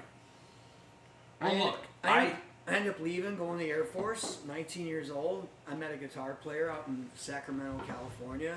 Right. And I ended up playing a band. I was a drummer with him. Long story short, he had a battle of bands. He had a singer that couldn't make it to the battle of bands. They had like one night to prepare for this. Sure. And he had me, he's like, hey man, come and sing for us. I was like, Right. all right. And we got second place. And that was the first time I ever sang on stage when I was 19 years old. And you are how old now? I don't How old do you want to admit to be? Well, you can say any number, we'll believe you. He already said it earlier. We're not going to count earlier. What are you going to admit to now? You know what's funny is my Facebook says I could pass for 29, which is Right. which is great. I love that. They have that thing, you know, those tests, you know, like you Right. can pass What for age is this. your soul? Yeah, The way you dress. I'm gonna give you a little bit of advice though. Okay. All your when you start taking pictures, don't do the fucking 50-year-old guy with the nose down kind of selfie thing. Oh yeah, All right, make sure you're looking right at the lens, Right. because it happens a lot. Right. Oh yeah, you don't want the double chin showing. No. Right. I don't have that. Well, you don't want the double chin. I have that when I'm playing guitar. And you don't want the down. you don't Right. you don't want the I hate that. I look at it. Sure. you don't want the double chin, but you also don't want the up the nose shot, the old Right. fucking selfie of No, the guy who I- just I'm learned how to okay. take a selfie. So let's say that all your fans want to think of you as 25, and then we'll take your real age. What's the average? The average? Yeah, let's average this out. Can you do math on the spot? Have another drink, and then admit what you want to be. Add on. another 20 years to that. All right, you know? cool. So, you know. Well, the good thing to realize through all of this is that experience has given you a Oh. fucking edge. Dude, my music has matured so much with age. You know, I remember when I was younger, I was all metal, you Sure. know, angry, you know. I was mad at the way I was raised. I was Yeah. mad at, you know, You were angry at your ex-girlfriends breaking parents, up you with were me. angry at women, you know. you were angry and you want to be loud. Well, I had a couple situations happen to me that really spun me around when I was in Signal. And, I mean, if we want to get deep. Yeah, no, we do. I had a friend of mine in 08. 08 was a bad year for me, man. 08, my father died. I never knew my father. I never knew him. I met him twice in my whole life. He wasn't around. And luckily, the last time I did see him, I forgave him. And I told him to his face that I forgave him. And I'm glad I did that. Right. Because I had to live with that for the rest of my life. Sure. But my father had passed away. And then I had a girlfriend that I was with before my son's mom for 4 years. She had passed away of breast cancer. And she was diagnosed at 30 and she died at 35. And I could not even imagine. She also had 2 kids and she was married. I cannot even imagine that saying goodbye to your children forever. Sure. Yeah. I mean, that was just like, it opened my eyes and made me realize that my life wasn't that bad. Sure. It makes you realize, man, Even what- as a starving this is artist. petty shit that No, I'm angry no, about. let's talk about it because people You don't know? understand. Oh, dude. Even as a starving artist, Dude. when you get on stage, people think your life is in order. People think that you're out there, you're living your life, you're playing in bars, you're drinking booze, you're fucking women, Yeah. you're doing all this kind of shit. There's this perception that goes on the scene. And you're living the real life. You're living the life where you're eating ramen noodles, Yep. you're driving with your last $20 worth of gas Yep. money to go play at a practice where no one's going to be, you're not going to get your dick sucked. You don't smell good enough to even get a fucking $50 hooker. I told you I was sleeping on practice Right, room floors exactly. coming home on and Sunday. you're living the fucking life, and people don't understand what that's really Blind like. Spot was a lot of work. People have no fucking idea how much work I put into that band, how much money I spent. Right, right. Arson Radio was a lot of work. How much money I spent in gas driving to St. Joe for rehearsal. How much fucking, money I spent on. I spent my own money on T-shirts, and I was unemployed. I did everything. For every band that I've had, I did a lot of the work. I sat up for hours booking the band. When MySpace out, I was doing all the networking. Right. I was doing a lot of the work for Signal. Whether I don't care if they get pissed off. I know I was sitting up till 11 o'clock, midnight, sometimes at night, networking with people, pushing our band, getting us in Miami, getting us all over the country, talking to everybody about us, trying to get their attention, because I wanted so badly to get out of the factory and become something with my music. Right. I You know? totally feel your pain. I did it, dude. Because let me tell you, I did it, and I would go to work I had to get up at 4 in the morning to go to work at 6 a.m. yeah, You know, right. Nope, right. I know. I did gigs on Mondays in Grand Rapids and go to work the next day at 6 a.m.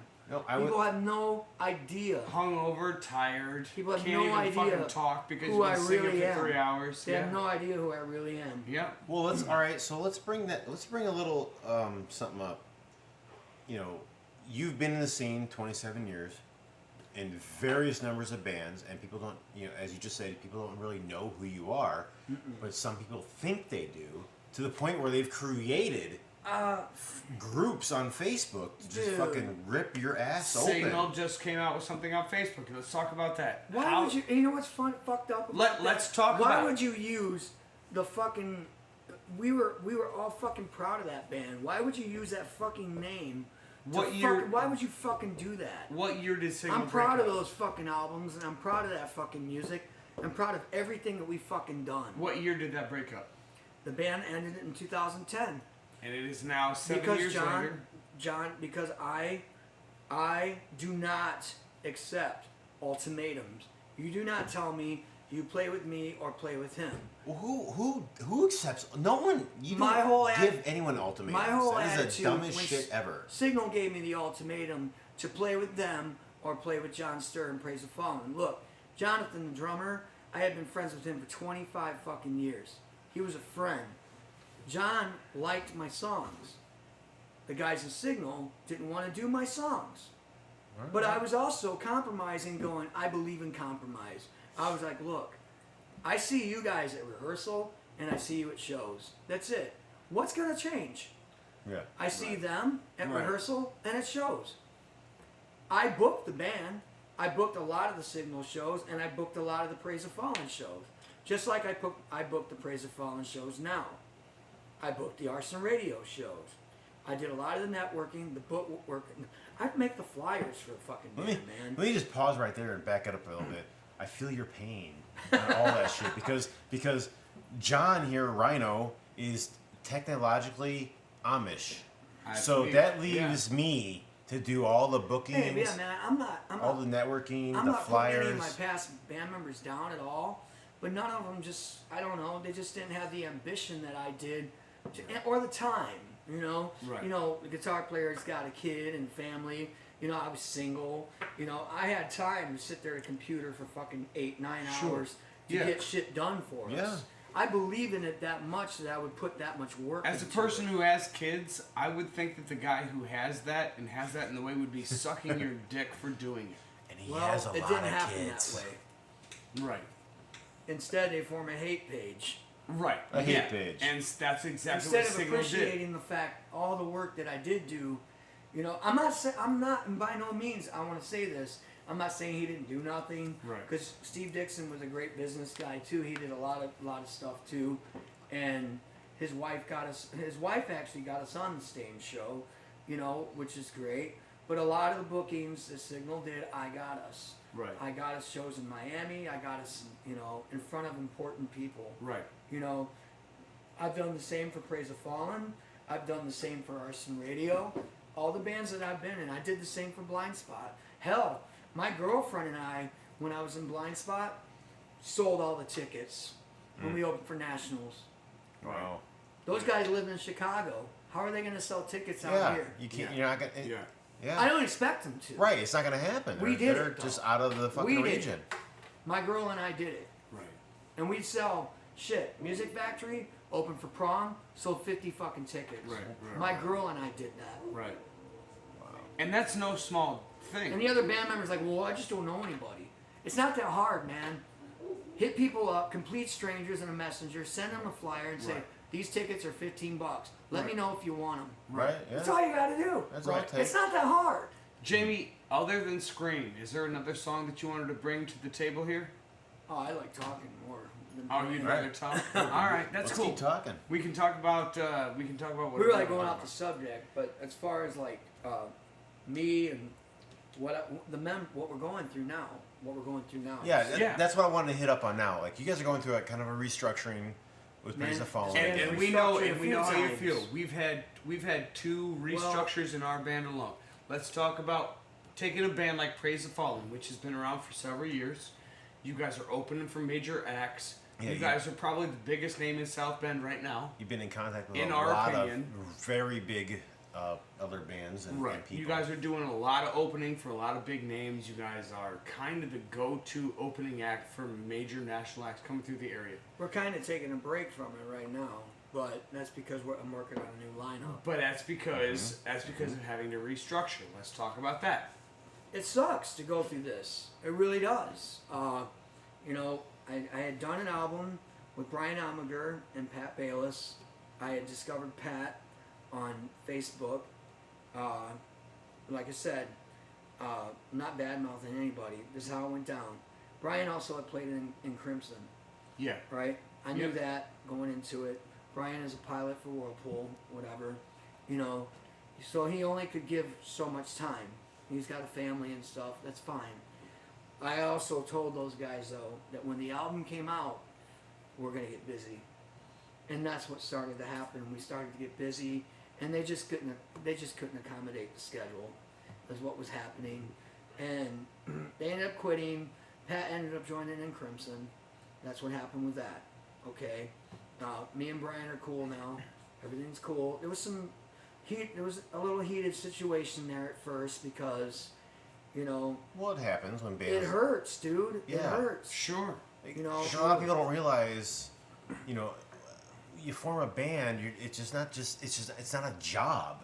It's a fucking family. Yeah. some people think, that people think it's a bunch of goofing off and shit. Yeah. And dude, I want this to be my life. Yeah. So I take it Yes. seriously. Yes. And the people that play with me, if they're telling me, hey man, I got 20 blackout dates, I can't make this show, and then I get a hit up with the national, Yeah.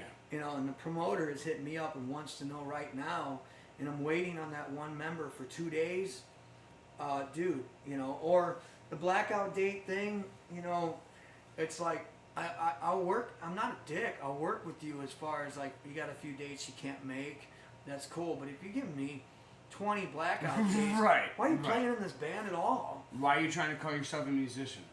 Or you can't make rehearsal, Yeah. you know, and I'm Yeah. not going to say any names, but I had that situation where Sure. it's like, and you start to feel like, it's like, man, I'm fucking, where I was at the time with those two guys, it was like, I'm denying my heart. It was hard for me because they're both great players in that, but I was denying myself because I was like, I want to do this show. I want to do every show. Sure. Any show I'm get offered, I want to say yes. I Yes. don't want to, no, I can't do it because this week we're off, or I don't want to be like that. I want to be able to, like Dave Grohl says, if you want to get discovered out there, you have to play. Yep. You have to say Well, you never know who's going to be in the audience. yes to a big percentage. And I've had situations where like I'd show up at a place and be like, there ain't nobody here. This is a stupid fucking venue. Looks like a shitty sound system. Yep. Like I said, I go out to Kentucky, not even thinking. I play an acoustic set, and the owner's daughter is a photographer for Shinedown. Right, And right, the fucking right. guy's sitting there. And literally, guys, there were 5 people in that whole bar that night. And the one guy that's sitting there is a fucking producer for Disney.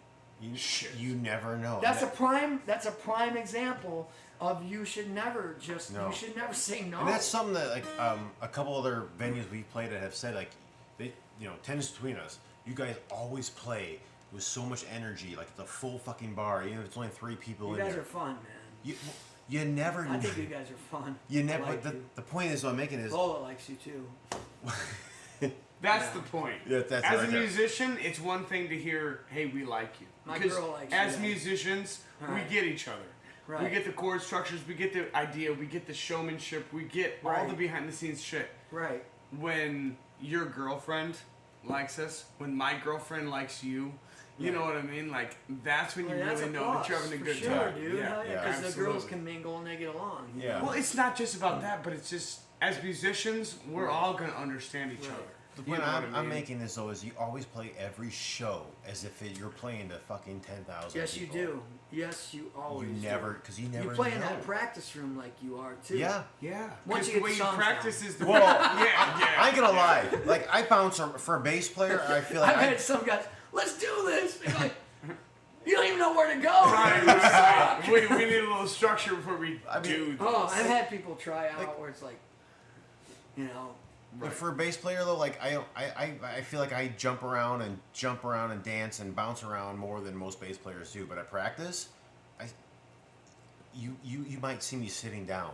Yeah. oh, that's how it's- Steven is. Yeah. My bass player. Have Yeah. you seen him on stage though? Yeah, He's an animal. He's an absolute animal. Right. Yeah. You know, he holds down that low But pocket. he sits on a stool, man, at practice. Yeah, Right. I'm saving my knees, man. I'm old. standing in one spot at practice. You Fuck, know? I'm not bouncing around. I'm saving the pain for the show. Right, exactly, dude. Well, let's Let's go back to the lineup though. Yeah. Okay. After Brian and Pat left, I had found these cats, Kyle Oviatt and Cody Draper. Yes. And people were like, why did you have 3 guitar players? Because I had me and then I had those 2. Yeah, you're definitely doing Skinner. Well, this is what happened. Foo Fighters too. But Yeah, that's true. this is what Pat happened. smear. This is what happened. Stevie, the drummer at the time, he said, I got this guy, you know, his name's Cody Draper. You should check this guy out. He looks like Dimebag Darrell, and he's into Pantera and stuff. I'm like, okay, cool, you know. I'll check him out. But honestly, dude, after Brian and Pat had left, my heart was really fucking crushed, man.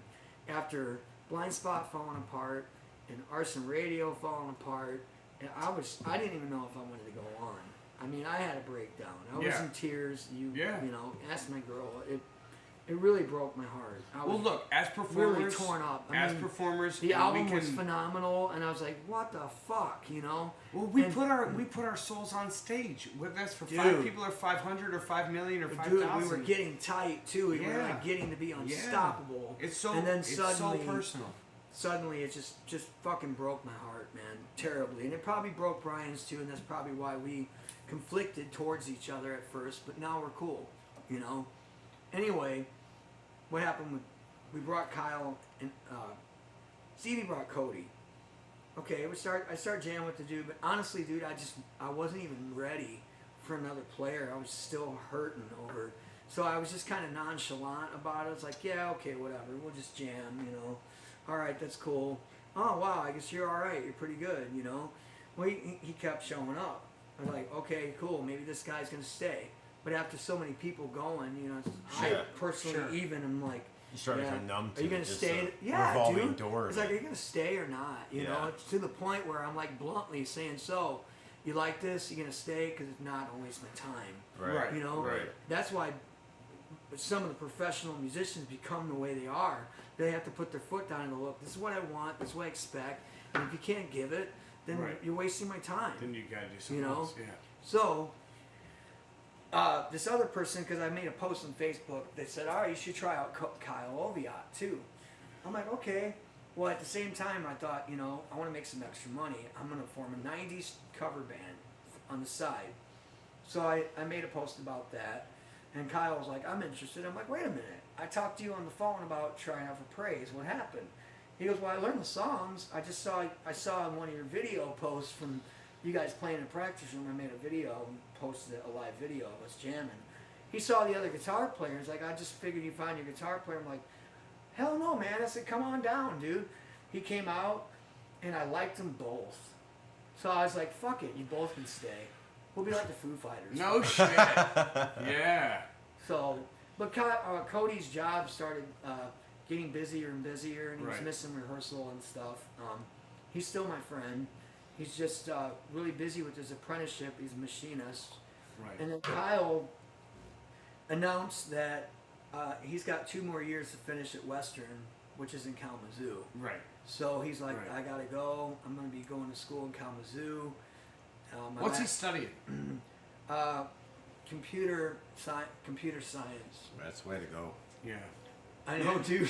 it's a really solid field. I know. You know what I said to him? I said, you should go to college, man. You're right. Don't be like me. Right. You know, but But I did. We both went to college where we're at. I know some people would think, oh, Jammie Bosstel is a selfish asshole. He's all about himself. And I'm telling this guy, I'm like, well, there's a lot of rumors about, I said, you should just go to school, man. I said, you should, because this is a hard life. Yeah. You know? You gotta have something to fall back on. Yeah, I don't. Yeah. I have music, that's it. Bring it to a close. Let's, so we're playing October... Is it October 1st. October 1st. Yeah. So we're all playing together with October Jammie 1st. Bosstel. With Praise the Fallen, 10 inches between us. We're going to be running the show. Oh, I want to talk about my new lineup. Oh, you got a new lineup. Yeah, let's get to the new lineup before we plug our... October 1st, we're going to probably play as the 3-piece. Are you? Okay. So will we, because that's what we are. Well, yeah. Some lead stuff will be missing, but we'll be like Nirvana, whatever. I play some... I try... No, you'll be like 10 inches between us. Well, yeah. I try my best to do like just melodic leads that, you know, make sense for the songs. But we've added... so far it's going... I had like 4 drummers try out, and so far we went with Johnny Santana. Johnny, I made a post, Johnny came to me, he was playing in the band Orchestrated Chaos, and by no means do I try to break up bands or anything like that. I told him he could still play in his band, but after, you know, what I went through with the M. Crimson thing and that too, I would definitely like someone dedicated to this, you know. Sure. But I've been so accommodating and helping, you know. I said, hey, I'm not trying to break your band up, anything like that. And he said, not at all. And Well, next thing you know, he decided to stick with us. And well, I mean, why would the guy, if he's in another band, be auditioning for another band? If he wasn't interested. Yeah. Yeah. I just don't like to upset people. Believe it or not. Well, no, no it's, matter but it's not what on you though. He matter made the fucking what call you to show hear, up for audition. No matter what you hear about me for the record, I'm gonna put this out loud right now. I do not like to hurt people's feelings. Sure. And it happens a lot. I don't like my own feelings hurt. Apparently, you know, what usually happens, I have this reputation for being a dictator and an asshole. Honestly, guys, every band I've been with, I've accommodated what everybody else wanted to do. And then in the end, in the very end, when they decide to quit, or I'd be like, why would you quit? Right. I'm working with you. I'm doing everything you want me to do. We've got a great band. We're putting great songs out. We're making records. And you want to quit something great like this? I scratch my head and go, why? You know? Right. Or, you know, all bands, all relationships, marriages. Well, they're you know, families. That's what I said earlier. What I have learned, you know, there's people out there that are afraid to get married, for example. You know, I've done it 4 times, Well- and I don't want to do it anymore. well, I did it once and I'm done. Okay, well, I know, I understand. I didn't mean to bring that up with you guys. But if I can enlighten you on something, people need to realize that sometimes you're going to argue. It's not going to be perfect. Nobody said it's a perfect world. No, it's going to You know, take some work. And just because your band member's getting a tiff or a little argument, don't throw the fact that you found each other and can create what you've created together away over some little fucking bullshit. Right. How many bands do you know, great fucking bands, that broke up over petty shit that Yep. isn't going to matter? Oh, it happens all the time. It isn't going to matter a year from now. No. Stupid shit, man. Something We all get old. And one day you're going to wake up and you're going to be old and look back and go, fuck, man, we had a good fucking thing. You're going to listen to those songs and go, fuck, I wish I could play with those guys again. Yeah. Yep. But one of them's dead now, he's gone. Oh, well, I guess you should have done it then. Yeah. Sorry to be so blunt and so serious. No, but it's true. But it's fucking true, man. Embrace the moment. Embrace the fact that you are lucky in this small area to find each other. Yeah. Does that Yeah. make sense? Yeah, Totally. absolutely. Absolutely, yeah. You know? That's why I get fucking pissed off. That's when that side of me comes out and goes, do you guys not realize what we have here? I've hit up past band members and said, hey, let's jam. Why? Because there's some great fucking songs. Right. You do it for the song. Well, I don't like you. Well, honestly, there's some things I don't like about you, dude. But you know what? We make fucking great music. Right. So get over the bullshit. And if you can't, then you're forced Do to you look- like everything about your partner? No. No. Does she like everything about you? No. If she Oh, tells you that, she's a God. fucking liar. Oh, you picked the perfect It's no time to talk about different. that. It's- No, we don't want to talk about no, any listen, of that. I'm sorry. No, but you're so right. It's the same as in being in a band. Yeah. You know, Yeah. well, there's things about you, man, I don't like that you're doing, and there's things about me you don't like. Well, look at what we can do together, though. Right. That's what fucking matters. Right. So You're gonna moving- butt heads. Moving on. You both are from- passionate about Right. what you're doing. Yeah. You're gonna butt heads. You know, it's gonna happen. But, you know, my last drummer, sorry, but when violence starts happening, you're Yeah. gone. Yeah. Yeah. I mean, there's being passionate, and then there's being overly passionate. right. There's grabbing people by the neck. Right, we're screaming in my basement, and Yeah. you know, I'm not gonna say any names, but starting fist fights on stage and shit. You know, Praise the Fallen prides itself as a professional band, Yeah. and we are going to have professional people play Sure. with us. You know, we want to be classy. You know, I shake hands with everybody I meet when I play a show. I don't just fucking leave 20 minutes after we're done. I stick around to the end. I shake hands. I'll sign everybody, every autograph. until the fucking ink is dry.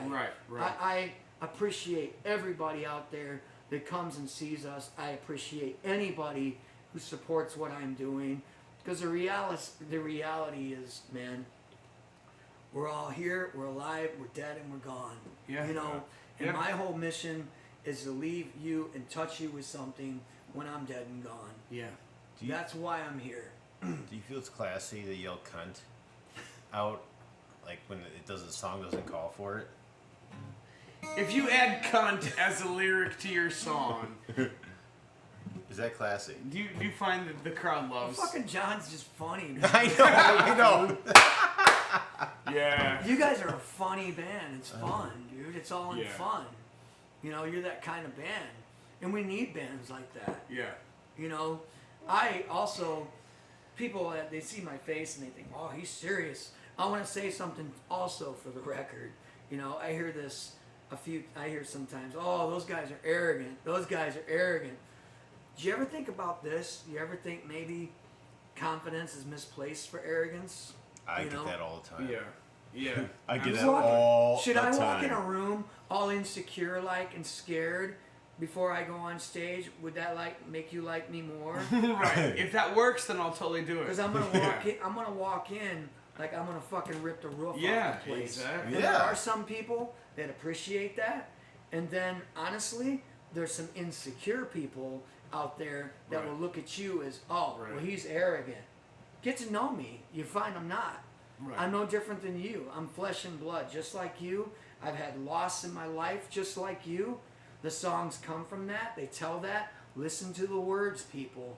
That's what Yeah. I have to say about that. Listen to what Praise the Fallen stands for. We play benefits.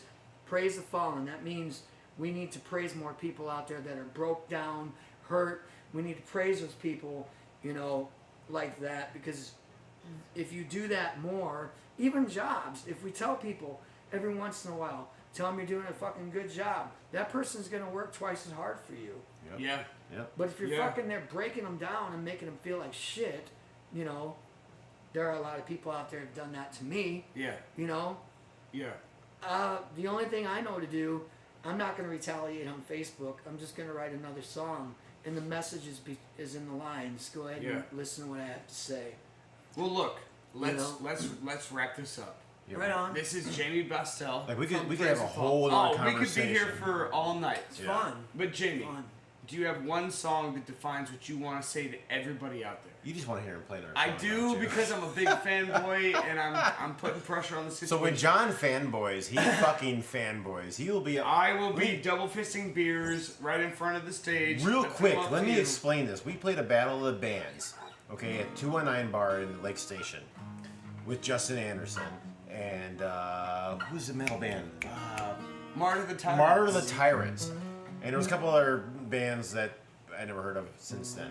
But Justin Anderson up there playing fucking 90s grunge covers, verbatim, and Rhino's up there like just double fisting, devil horns in the air, screaming and supporting Justin. He was good. He was a really good artist. But I couldn't help myself. we lost because I threw it away. You threw it away. I to did throw Justin. it away.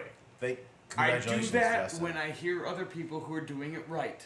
And I do that for guys like Jamie, who are So- doing it right. So the point was though, when John decides he's gonna fanboy somebody, It's over, dude. He goes all out. You and I are internet gay lovers. It Yeah. doesn't matter. It's Yeah. over, dude. Yeah. I don't know what I'm doing. I'm just putting songs out there. Well, give us one more song because Well, look, John Jamie- is not gonna be happy. Jamie, Unless Jamie, you do. you have done Signal. You have done Praise the Fallen. You have done opening up for the lead singer of 3 Days Grace with bubbles falling from the ceiling. toured with Chips Enough You have toured with Chips Enough. I didn't tour with Chips. or The Cult. 3 Days Cult. 3 Yeah. days with the Cult. Yeah. Yeah. You, I'm over Papa Roach. You have Puddle done Mud twice. Puddle Jesus Mud, Christ. Papa Roach. You have, Local H. you have done the Sponge big names. twice. Give us one more song. Skid Right. Row. And, Let's go on. and the future holds what? What's the big name thing on television that you're talking about auditioning? Oh, let's talk about this. Yeah. Let's get Yeah, into this we're as the running low closing here. for the show. I was really hesitant for a long time. You know, we watched American Idol go by, we watched The Voice go by. Actually, I signed up for The Voice a couple times and I backed out. You know. My son actually, he auditioned for both X Factor and The Voice. Oh, cool. My son Yeah. did the X Factor thing Where too. is my kid? He ain't You know what? home yet. You know what's funny? They told my son that he needed to lose his braces and come back next year. I could not believe that. Like teeth Just- braces? Yeah. Just shit. for the look. Yeah. Yeah. And when I heard that, I thought, well, it's more about the looks. So Than the talent, yeah. I kind of backed out. It's I didn't sign up to go in front of them and sing, right? Right. I just submitted a video, you know, and I was like, well, if somebody sees it, maybe Right. something could happen. when this is on America's Got And Talent. maybe this will also draw attention to Praise the Fallen. Yeah. Yeah. Yeah. You know, it's not just about me. No. It's about helping my brothers out too. Well, what was You the know? song that you played for them? Huh? What What song? was the song that you played for them? I can play it now. Yeah. That's what we're going Yeah. for. Okay. That's what we're hoping for. You know, when I was dealing with the bullying and stuff like that, Yeah. I ended up writing a song called Fade You Out. Okay. And I actually wrote that song when I was in Blind Spot, but I put it out there. People really like that song because it's basically like, don't let anybody stop you. Don't let anybody fade you out, Yeah. you know? Absolutely. You know? Well, let's hear it and let's wrap up this show. Jammie Bosstel, ladies and gentlemen, on the 10 Inches Insider.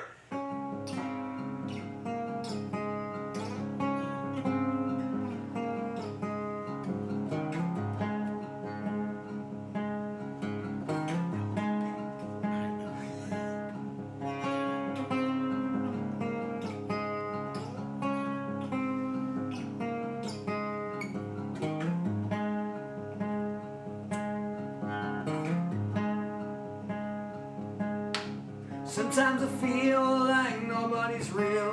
Spendable words won't help us feel anything in the dark.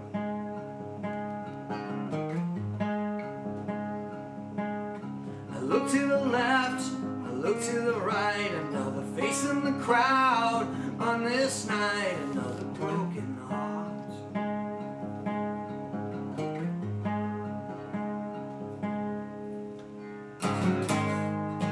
And it won't be long that this road will run. It's gonna take you somewhere. Walk away from the ruins. Swallow pride with your glory. Don't let them fade you out. Don't let them fade you out. Set on a focus, make ambition your mission. Don't let them fade you out. Don't let them fade you out.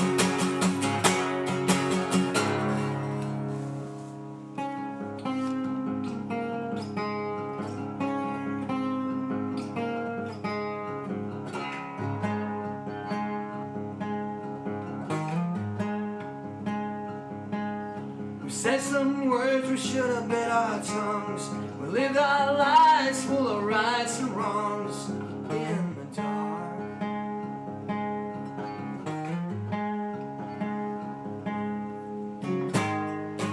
And it won't be long that this road will run. It's gonna take us somewhere. Walk away from the ruins. Swallow pride with your glory. Don't let them fade you out. Don't let them fade you out. They set on a focus.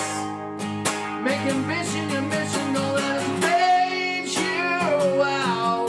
Don't let them fade you out.